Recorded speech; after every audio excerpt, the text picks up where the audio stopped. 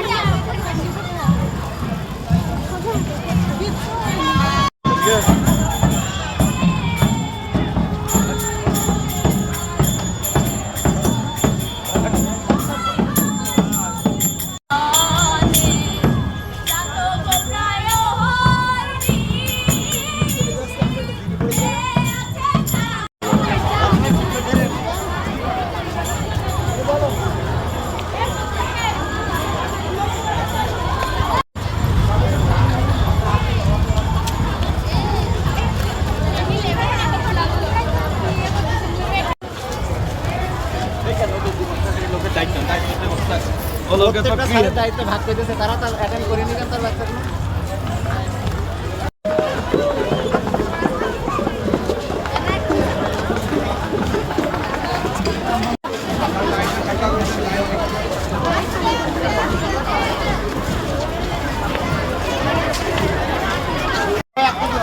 একসাথে পিছনে এগুলো একসাথে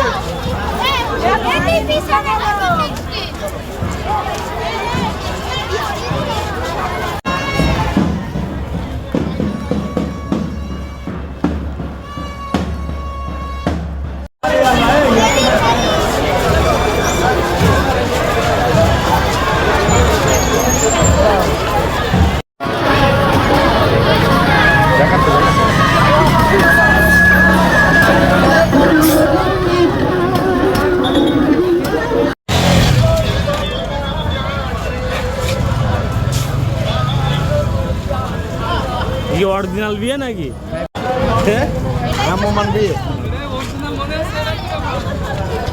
এই ঘটক কালকে পাশে আসতে বলছি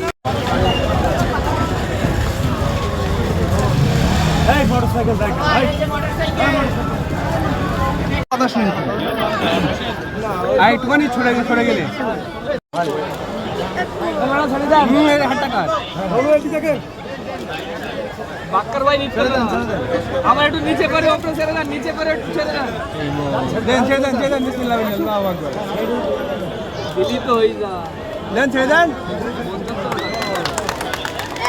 এই সাথে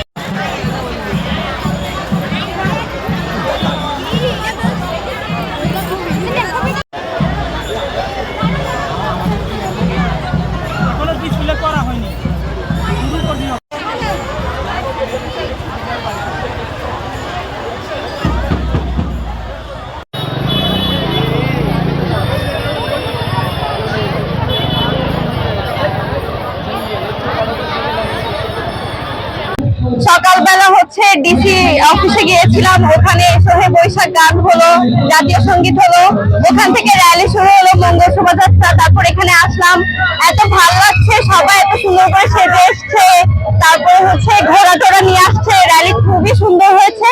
এখন হচ্ছে পান্তা ইলিশ খাওয়া হবে, প্রোগ্রাম হবে, সাংস্কৃতিক অনুষ্ঠান। খুব ভালো লাগছে, সবাইকে শুভ নববর্ষের অনেক শুভেচ্ছা। হাজার বছরের বাঙালি সংস্কৃতি আমরা লালন করে আসছি, তারই একটা ধারাবাহিকতায় আমরা আসলে এই পহেলা বৈশাখ কিংবা নববর্ষের উৎসব উদযাপন করি। ধর্ম বর্ণ সকলের নির্বিশেষে এই উৎসবে আমরা মিলিত হই। পহেলা বৈশাখ অধিদপ্তর আমরা আমাদের টিম সহ এখানে আছি। মূলত সম্রাট আকবরের সময় হালখাতা এবং পুরনো যে লেনা দেনা সেইগুলোর পরিষদের সূত্র থেকেই বাংলা নববর্ষের সূত্রপাত হয়। এ থেকে আমাদের আবহমান বাংলার এই ঐতিহ্য রীতিনীতি এখনো প্রচলন রয়েছে। আমি প্রথমে ধন্যবাদ জানাতে চাই আমাদের জেলা প্রশাসক মহোদয় এবং এসপি স্যার মহোদয়, তাদেরকে তারা আমাকে অনুষ্ঠানে দাওয়াত দিয়েছে, বিশেষ করে ডিসি ম্যাডাম। যখনই বাড়িতে এসেছি তখনই উনি আগে জিজ্ঞেস করেছিল কি পয়লা বৈশাখে থাকবো কিনা। তো যখনই বললাম যে হ্যাঁ থাকবো, তো উনি বললো অবশ্যই আসতে হবে। তো ম্যাডামকে ধন্যবাদ জানাই।